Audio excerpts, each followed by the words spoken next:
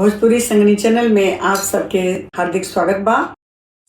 अब बरसत अमर सुहाग सुहागिन लट खोलद।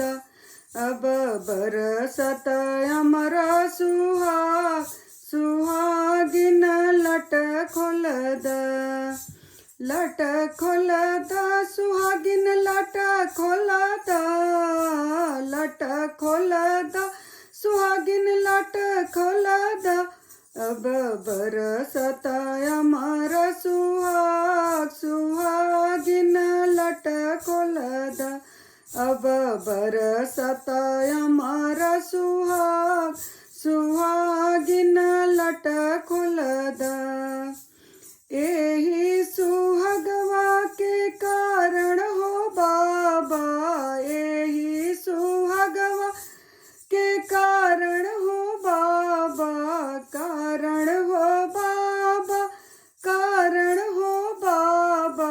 घूमेला देश परदेश सुहागिन लट खोलद।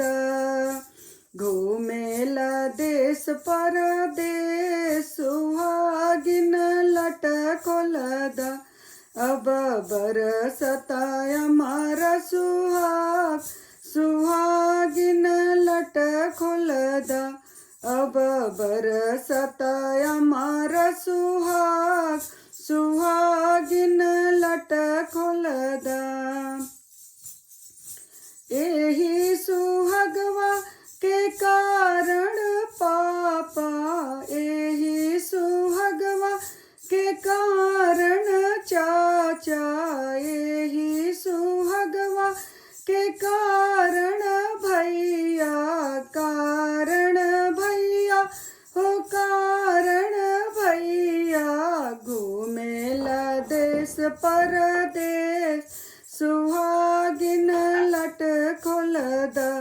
अब घूमेले देश परदेश सुहागिन लट खोलद। लट खोलद सुहागिन लट खोलद। लट खोलद सुहागिन लट खोलद।